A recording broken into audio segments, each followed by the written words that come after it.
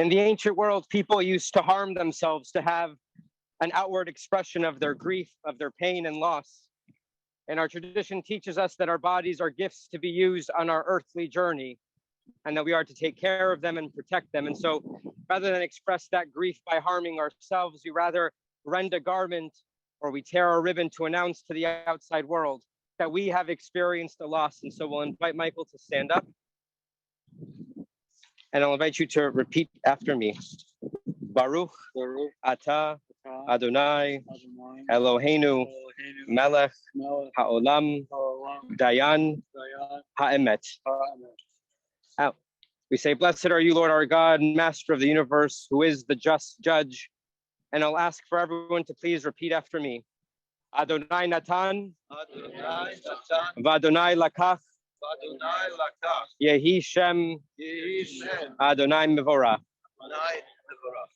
God has given and God has taken. Blessed is the name of God, and let us all say, Amen. Amen.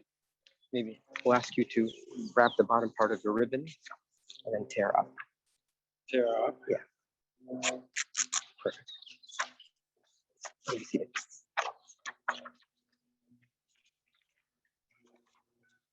As we begin, I think it's important to acknowledge the difficulty of this moment. Loss in general is hard, but it's made even harder during the pandemic. We should be able to be surrounded by even more friends and family members. We should be able to gather inside in places that are meaningful to each of us. We should be able to embrace each other and draw near to each other. We should be able to cry on each other's shoulders. And instead, we are outdoors, standing somewhat far apart one from the other, masked. Yet it is important to remember that in this moment, there are family and members of the family and friends who are gathered here in person and also connecting through Zoom. This reminds us that Herb left an imprint and had an impact on the lives of not only those who are gathered here, but those all over the country. And many of them pause now to remember and honor him. Those of us taking our time out of our day to be present in this moment are performing in Chesed what's known as in Hebrew, Chesed Shel Emet, the ultimate act of kindness, the purest demonstration of love. Because although money can always be paid back, favors can always be returned, our presence here, both in person and remotely, we are here out of respect, out of a sense of love, and a sense of wanting to do right by Herb. We continue by reciting a text from the book of Kohelet, the book of Ecclesiastes. To everything there is a season and a time to every purpose under the heavens. Lakol zman ved lachol chefetz tachat hashamayim. Et laledet ved lamut. There is a time to be born and a time to pass on. Et lata'at ved la'akor natua. A time to plant and a time to harvest that which has been planted. Et lifkot ved lischok. There is a time to weep and a time to laugh. Et sefod vet rakod. There is a time to mourn and a time to dance. Et likroa vet lipor. There is a time to rend a garment and a time to sew it back together. Et lachashot vet ledaber. There is a time to be silent and there is a time to speak. This morning is a day, a time to weep. This morning is a time to mourn. And this morning is a time to speak. To speak of the sadness that we feel in our hearts with the passing of our beloved Herb Leshinsky, Chaim ben Meir Ufesi, a dedicated and helpful son and brother, a present and loving father, and a proud and doting Zaidi. A man who was successful and accomplished much in business, served his country with pride, dedicated his time and his resources to the Jewish community, and most importantly, served as a role model for how to live a full life. Seeking to give shape to the sadness that we feel in our hearts, we once again turn to our people's sacred texts. The book of Job asks, Talmid Chacham Imet, Mi Mavilanu Timorato. When a wise person passes on, who can bring us their gifts? Ki yesh la kesef motza u'makom lazahav yazoku. There are mines for silver and places where gold is refined. Barzel me'afar yukaf ve'even yatzuk nefusha. Iron is taken from the earth and copper is smelted from the rock. Ve'hachochma me'ayin timatzeh ve'eze makom bina. But where can wisdom be found? And what is the source of understanding? And the text concludes that there is simply no replacing a person of wisdom. I invite Cantor Mayer to come forward to chant Psalm 23 in honor of our beloved Herb.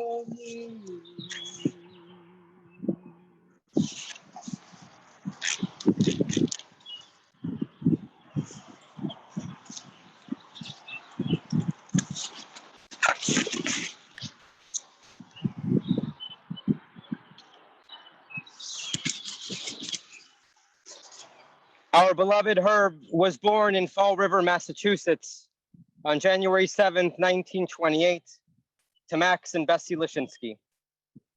Herb was the baby of the family, beloved by his older siblings, Albert, Ida, and Rose. May all of their names be for a blessing. Growing up, Herb was close with his immediate family and constantly surrounded by cousins and aunts and uncles and many friends. After graduating from Durfee High School, Herb enlisted in the Army and was deployed to Japan, where he served during the aftermath of World War II. When he came back to America, thanks to the GI Bill, he was able to attend Providence College and earned a degree in accounting. His professional aspirations took him west towards Detroit. And after earning a master's degree from Wayne State University, he quickly became involved in the automotive industry. One job led to another, one position to the next. And Herb eventually climbed that corporate ladder for 30 years where he worked at Chrysler, where he became the vice president of overseas operations. His work took him all over the world. He lived in Mexico, Australia, South Africa, England, Argentina, Brazil, Peru, Venezuela, Puerto Rico. He was fluent in several languages. He was cultured, eager to learn, eager to explore the world. After his successful career with Chrysler, Herb changed the trajectory of his professional journey, and he became the director of the master's program in international management at the University of St. Thomas in Minnesota. Herb also succeeded in raising a family. Michael remembers his father as a worker, someone who was loving and generous, someone who would play catch with him after work. And that relationship from father to son evolved over the years, as when Michael moved back to New England, Herb and Michael actually became roommates for several years as adults. That time together allowed their relationship to grow and evolve and develop in ways that not everyone gets to experience. Over time, the circle of love expanded as Amy joined the family. For Herb, this was simply another person to love and to cherish. She too received Herb's love and attention. And then came Herb's greatest calling, being a Zadie. The girls were the center of his world, and he loved showering them with attention and with love. Over time, that love took on different forms. At first, it was perhaps a cornucopia of fruit delivered every Friday to the house so the kids and family could enjoy. Then, as travel became a little bit more difficult, it turned into pastries from 7 Stars so the kids could taste the affection. And then over time, it turned into fancy dresses and toys. All of these things were simply manifestations of Herb's love. His family made him happy. Being with others made him happy. His Jewish community made him happy. Herb was a longtime member of Temple Emanu-El and a regular at our Shabbat services. I can still picture exactly where he sat every week on Friday nights in our chapel. It was something that meant a lot to him. And no matter where he lived, whether he was here in the United States or he was abroad, he always found a way to connect with the local Jewish community. During the 6-Day War, Herb had the capacity, the ability to help out his brothers and sisters in the land of Israel. Whether it was a connection with the local Jewish community, his brothers and sisters across the world, being connected to the Jewish people reminded him of who he was and who he was meant to be. Now, Herb had his routines. He had his favorites. He had his favorite dessert of choice, ice cream every night, perhaps Friendly's Neapolitan flavored ice cream. He loved visiting Greg's, where he was well known, and asking and trying for the waiters to heat up the tea each and every day. The hotter, the better. And while we gather to remember Herb, I would be remiss if we didn't take a moment to acknowledge how tenderly and lovingly Michael and Amy took care of him. Every Friday night, Michael, you were there, sitting next to your father, bringing in Shabbat together, singing together. His face would light up when you walked in the room. It is a testament to the lessons that your parents, that Herb taught you about how to treat others, what it means to really respect one's parents. Each of us gathered here this morning has a memory with Herb, a moment where we felt particularly connected with him. And so I invite each of us to close our eyes, whether you're participating on Zoom or here in person. Really close your eyes so that we can draw strength from a memory. It might be while you were sitting together, hearing a story from one of the exotic places where Herb lived. Perhaps it was at a birthday party or at a family gathering, or something as simple as enjoying some ice cream or sitting together at one of his favorite restaurants. And so for now, we'll pause to allow each of us to connect more deeply with an aspect of our relationship with Herb. We remember privately.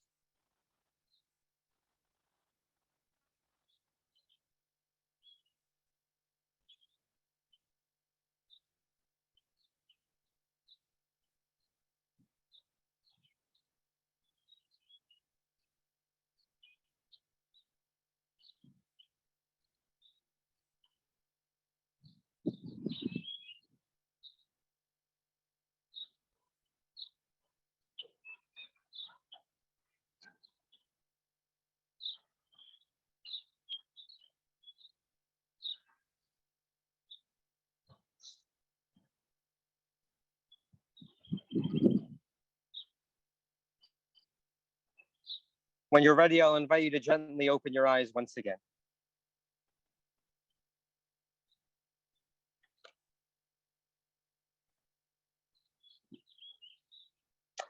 I'd like to conclude with a poem. There's an Israeli poet named Zelda who wrote a poem entitled Lekol Ish Yeshem. She writes, each of us has a name given to us by God and given to us by our parents. Each of us has a name given to us by our stature, by the way that we smile, by the clothing that we wear.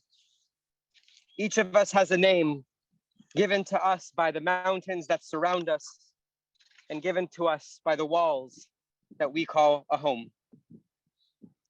Each of us has a name given to us by our place in the universe and a name given to us by those who live nearby. Each of us has a name given to us by the days and the times and moments when we could have done better, and also given to us in the way we long to see a different world. Each of us has a name given to us by those who disagree with us and given to us by those who love us. Each of us has a name given to us by the way we spend our days and the way we choose to spend our lives. Each of us has a name given to us by the different seasons of our life's journey and given to us by the moments when we could not see what was important right in front of us. Each of us has a name given to us by the ocean, and each of us has a name given to us when our time on this earth has come to an end. In his 93 years, Herb made a good name for himself. He inspired others, he taught others, he helped others.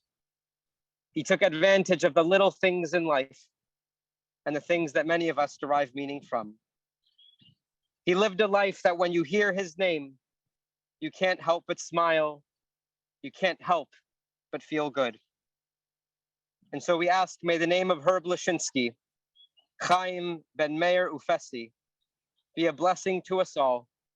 May he be bound up among the souls of the righteous and pure, and may he rest in peace. And let us all say, Amen. Amen. We'll invite one of Herb's nieces, Sheila, to come forward and share some memories and some reflections.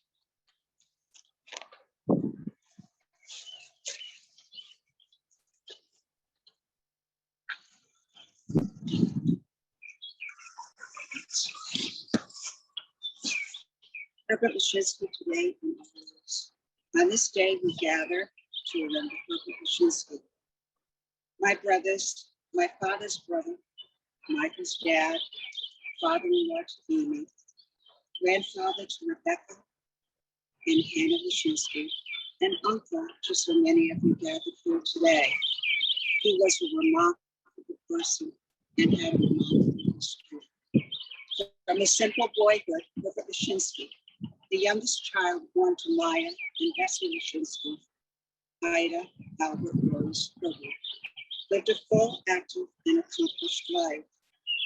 Born in Fall River in the year 1928, and from a very humble background, it was through intelligence and perseverance he became a corporate vice president in the Chrysler Corporation International Division, living in numerous countries from South Africa to Argentina.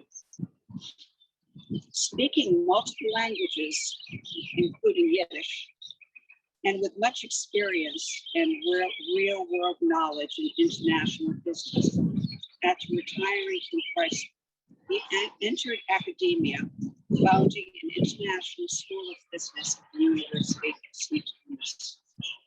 As a young man just graduating from Durfee High in Fall River, he enlisted in the Army and was deployed to Japan at the tender age of 17. He often expressed gratitude in our conversations, viewing his experience in these words: Shio, this gave me the opportunity to attend Providence College through the GI Bill. His study at Providence College earned him a degree in accounting, and he later accepted a position in the Chrysler Corporation, which led to an international career spanning several decades. As his career grew, so did he. With a curious mind and great intellect, he learned the customs and practices of each country, absorbing all nuances. On his many homecomings to visit relatives, often staying at my parents' home, we relatives would receive homecoming gifts of art and finely crafted items from the country of his most recent assignment. I'm sure you all remember. For me, it was always something to look forward to. What gift would it be? A painting by a famous Argentine artist, or a beautifully woven shawl, one of which I still have and treasure today. Yet it is his great humanity that those of us mourning this loss here today will take close to his heart, to our hearts. Uncle Herb was there for all his family members. I remember his close relationship with my parents, Albert and Alma Leshinsky, his close relationship to his sister Ida's children, nephews Everett and Harvey Smith, which extended to deep feelings for their respective children and families, which he never wavered. In most recent years, we would meet for lunch at Greg's and share news of our families. I about my daughter Alicia and her children, my sister Eileen, my brother, my husband, and he about all of you here. It was with genuine interest and pride that he celebrated each person's accomplishments, ball games, high school careers, colleges, weddings, relationships. Each person, every single one, meant so much to him. He felt all your loss was deeply as well, especially the passing of Peter Smith. Everyone meant so very much. So it only follows that he considered his greatest gift in life to be his son Michael. Michael Leshinsky and Michael's family, Amy, and their dear children, Rebecca and Hannah. My Uncle Herb and Michael shared a special relationship, founded on, in many ways, just the two of them. For many years, which flowered into the completeness of having Michael's family. What a treasure this was to him. He spoke to me often of his happiness, of Michael's success, and his relationship with Amy. As he aged and became a grandfather, it was the most meaningful of all that had preceded it. On a personal level, he was my uncle. We became very close in his later years, speaking on the phone with many personal visits. He was always interested in my life and really listened. We talked and shared politics, religion, stories of his youth as a young Jewish boy in Fall River, the bitter hardship of poverty he lived through, the illness of his dad, and the dedication of his dear mother, loss of his two sisters and my parents. As was within his character and humanity, he not once spoke of any of these experiences in a demeaning way.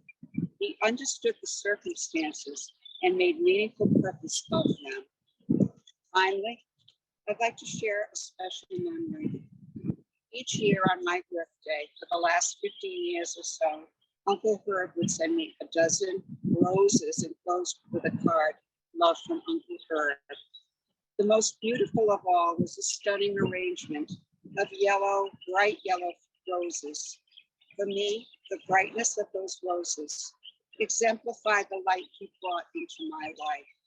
It is my guess that I was not the only one here who received his many acts of kindness. Yes, I'm sure, including gentle reminders to be our better angels. I often say to my dear husband, Steve, when challenges arise and adversity is close, I choose to channel my Uncle Herb, who was always kind, always thoughtful, and always forgiving. He will always be part of my life, and our relationship filled with fond memories. Rest in peace, my dear Uncle Herb, forever in my heart. Thank you. Thank you.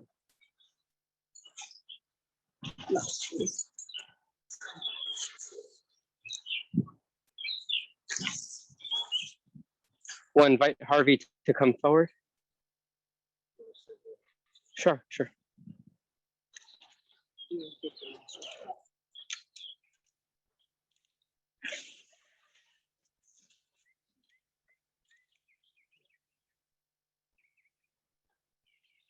I've never forgot where he came from. He was always humble. Always remembered where he was never a braggart. The best word to describe her was he was a mensch. He was honest, honorable, and pious. Didn't have an easy childhood. Going to school and coming back from school, he was always bullied and roughed up. We lived in a cold water flat.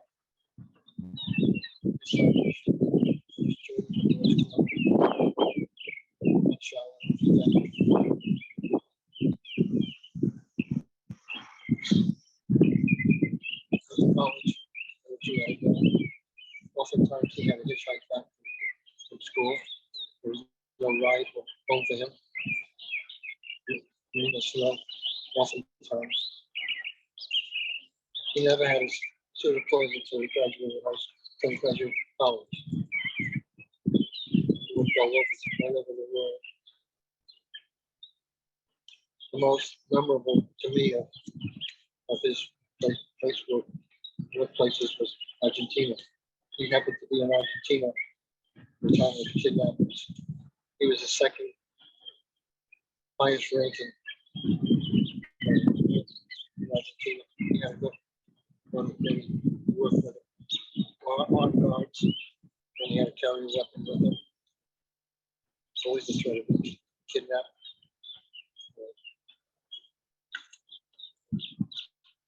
His friend was Chrysler dealer. He housed the Israeli team that kidnapped Eichmann during that time. And challenging life where he lived.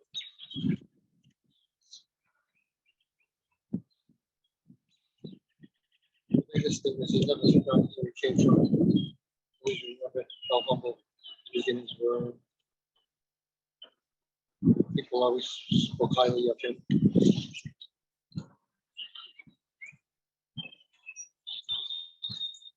We have lots of things about who he was, what he became, how accomplished he was. May he rest in peace.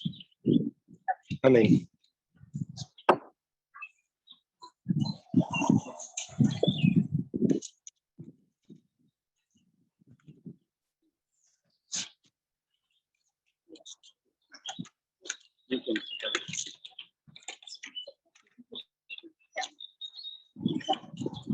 Nick, we can take it out.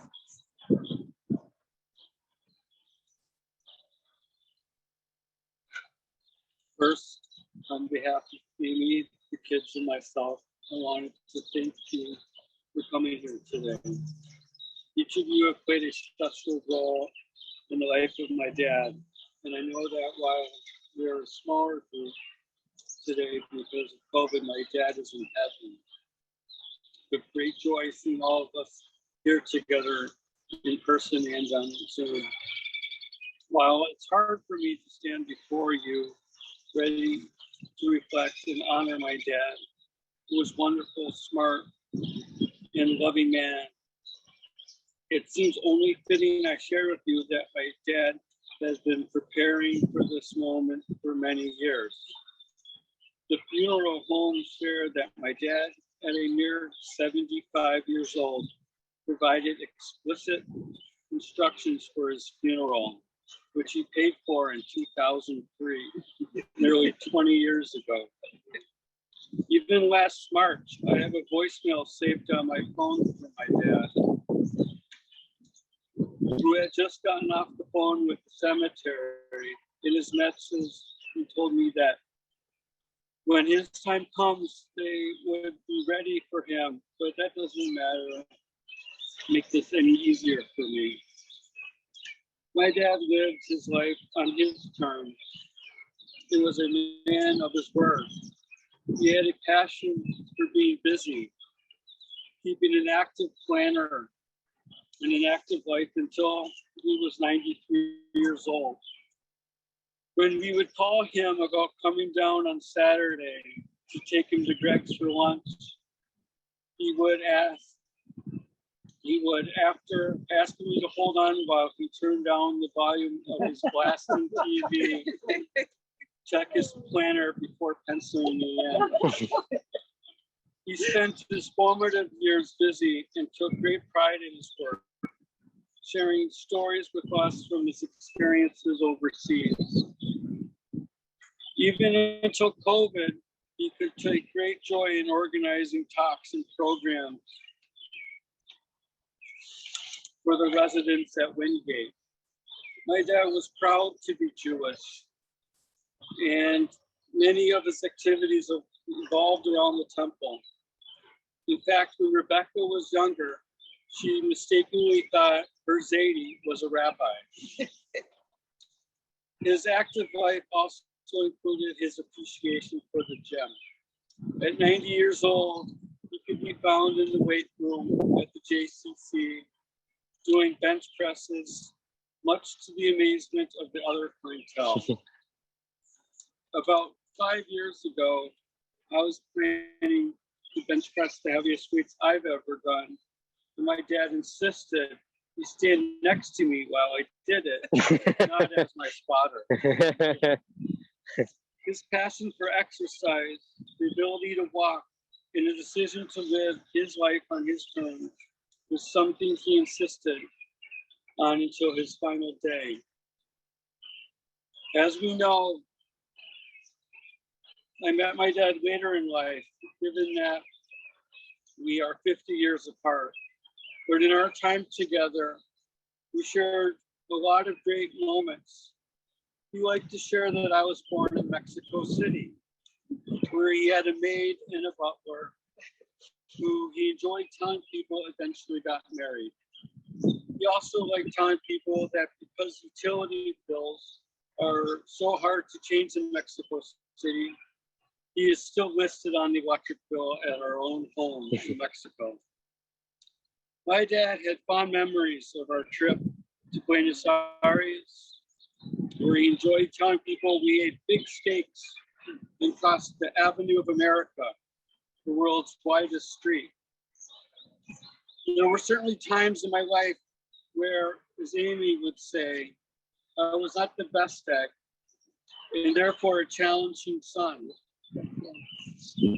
During those times, my dad was a supportive soul, helping me to find a better path for my life. One of the greatest gifts my dad gave me was the opportunity to leave my childhood behind and move to the East Coast. He helped me buy my first Subway franchise and my first home. He was supportive of my dreams of entrepreneurship.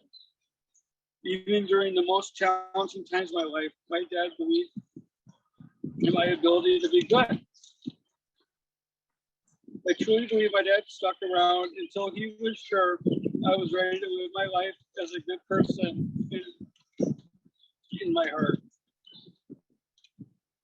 The greatest source of joy in my dad's life these last few years was the opportunity to meet his grandchildren, who he told us he never thought he would have the opportunity to meet. He would tell us, I love those little girls. And even as he approached the end of his life, his smile would beam through the phone when the kids would get to say hello. That even Annie, he would see as Hannah yelled her hello. He took great pride in treating the girls like princesses and would sit patiently outside the dressing room.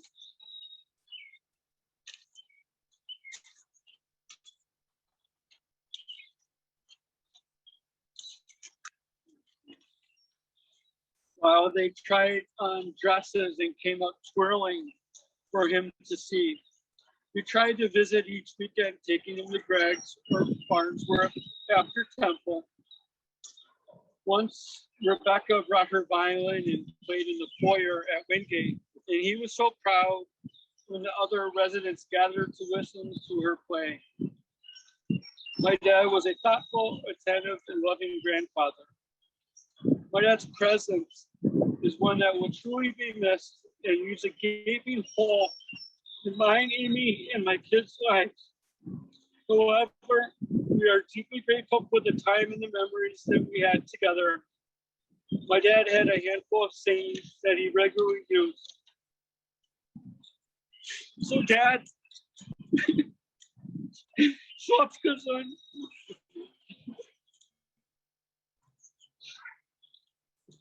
Hochgesund and Zeitgesund, que duermes con ángeles. Sleep with the angel. We love you.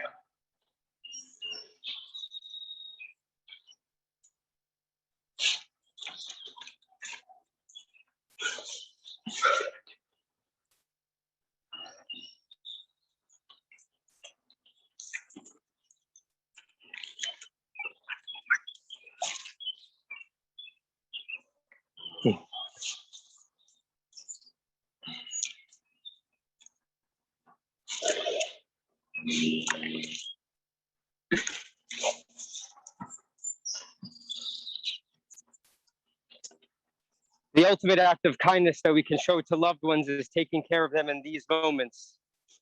As we mentioned, being present at a funeral is known as chesed shelamet, the ultimate act of kindness. And this is performed at a funeral by placing earth on top of the casket.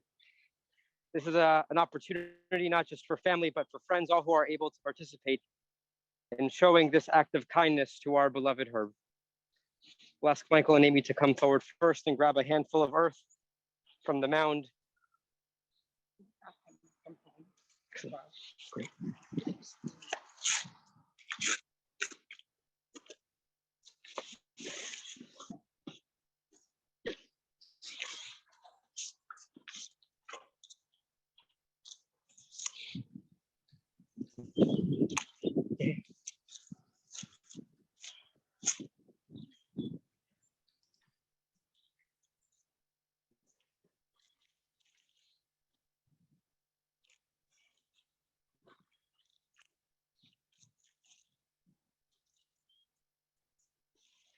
If you want to place one for the girls as well.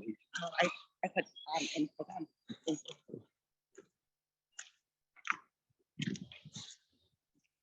We'll invite members of the family, nieces, nephews who'd like to come forward.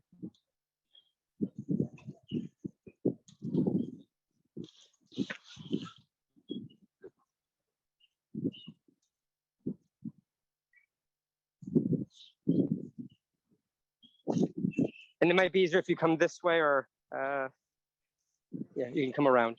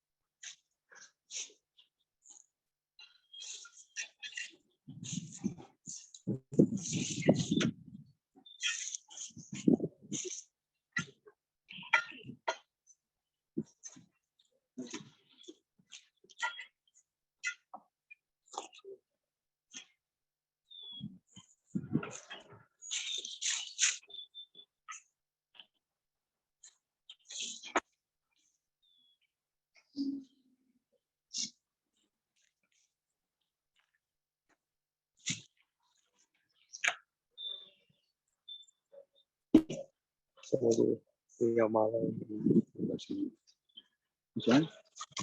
I'll model the mourners in the line. Okay, are you going to do any sort of Tiduk Rabin?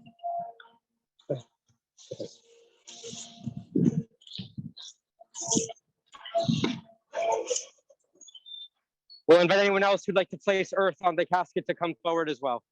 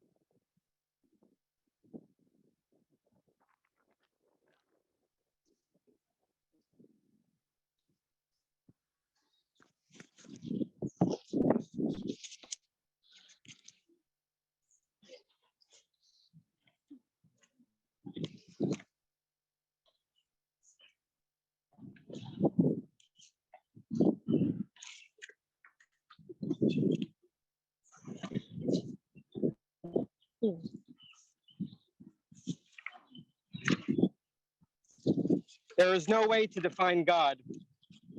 Every attempt to further our understanding of God is an exercise in poetic language.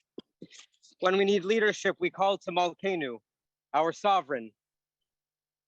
If we need guidance, we address Avinu Shebashamayim, our parent in heaven. And should the marvels of the universe fill us with a sense of awe, that is us sensing God's Shekhinah, God's earthly presence. And when we need strength, as we do today, we call to God as Hatzur, the image of God as a rock. As skyscrapers are built on firm foundations, yet must sway in the wind to survive, we too can weather any storm. For Hatzur, God as our rock will be our support. Hatzur Tamim, the perfect rock whose work reveals a faithful God, true, upright, and honest. Dare we ask God to account for any deed? Dare we ask, what have you done? God is patient and compassionate, Malei Rachamim. And so in this moment, we ask God, please, to have a sense of compassion on all of us. Ki lecha Adon haslichot v'harachamim, because God is forgiving and compassionate. You are just, God, in the giving and in the taking, and in your hand is the essence of who we are. You would never permit the impact in this world, our impact on this world, fade. Were we to live but a single year or even 1,000, it would not be enough. And so we say, Baruch Dayan Ha'emet. We praise the judge of truth who takes, but also gives life. We place our trust in your righteousness. We accept our lot and our loss, and we keep with us the love that remains forever. We ask that you have mercy upon us and strengthen us to maintain courage at this time of sorrow. And let us all say, Amen. We invite those who are able to rise for the recitation of the memorial prayer.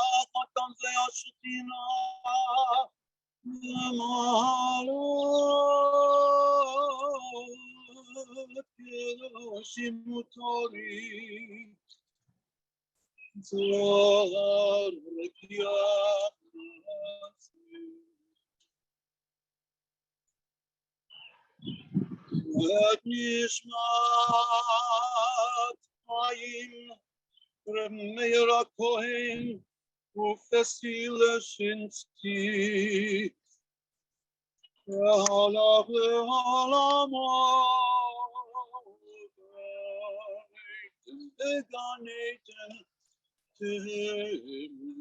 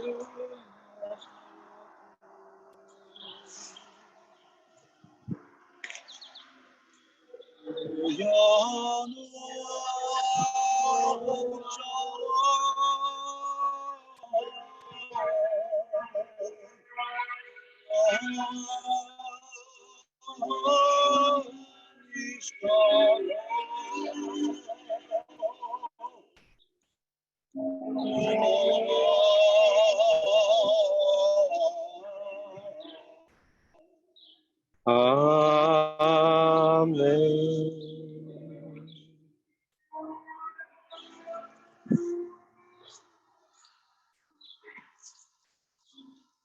El Malay Rachamim, exalted, compassionate God, grant infinite rest in your sheltering presence among the holy and pure to the soul of our beloved Herbert Leshinsky, who has gone to his eternal home. Merciful One, we ask that our loved one find perfect peace in your eternal embrace.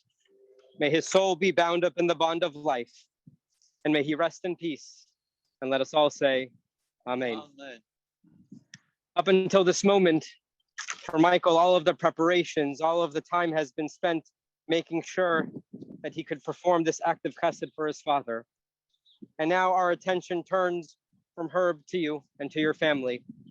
And the way we traditionally do that is by responding Yehei Shmei Rabbah to you as you recite the mourner's Kaddish. We unite our voices to tell you that we see you and that we see your pain and that we are present with you as you experience it. We'll invite those in mourning as well as those observing a yard site to recite the mourner's Kaddish, which you receive in the handout. Yitkadal, Yitkadash, Shemech Rabbah, Ve'alama Divra Cherute, Ve'amlich Malchute, V'chayechon Uvyomechon, Uvchaye Dechol Beit Yisrael, Va'agala Uvizman Kariv V'imru Amen. Yehei Shemech Rabbah Mevorach, Le'olam Ulamei Almayah.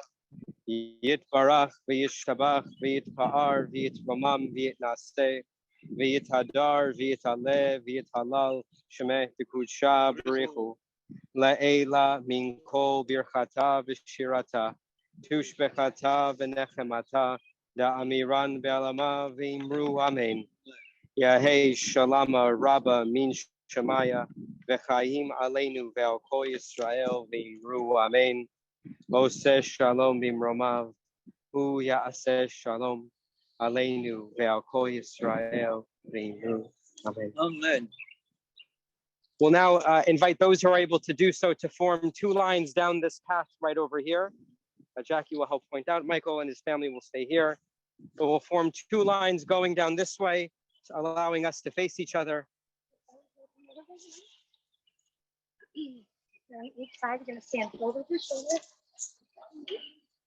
From this way.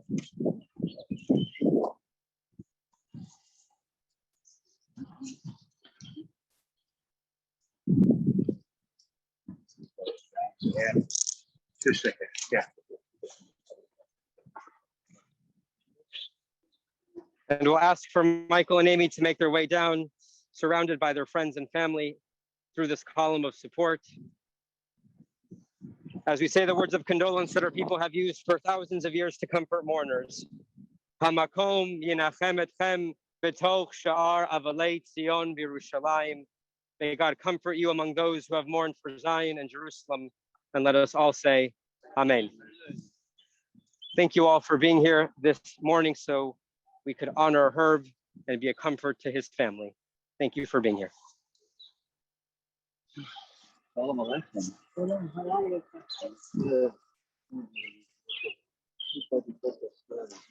Thank you all for participating remotely.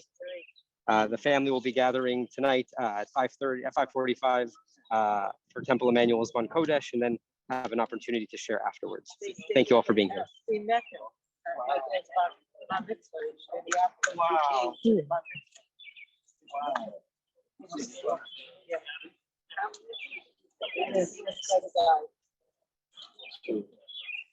Whatever. Yeah.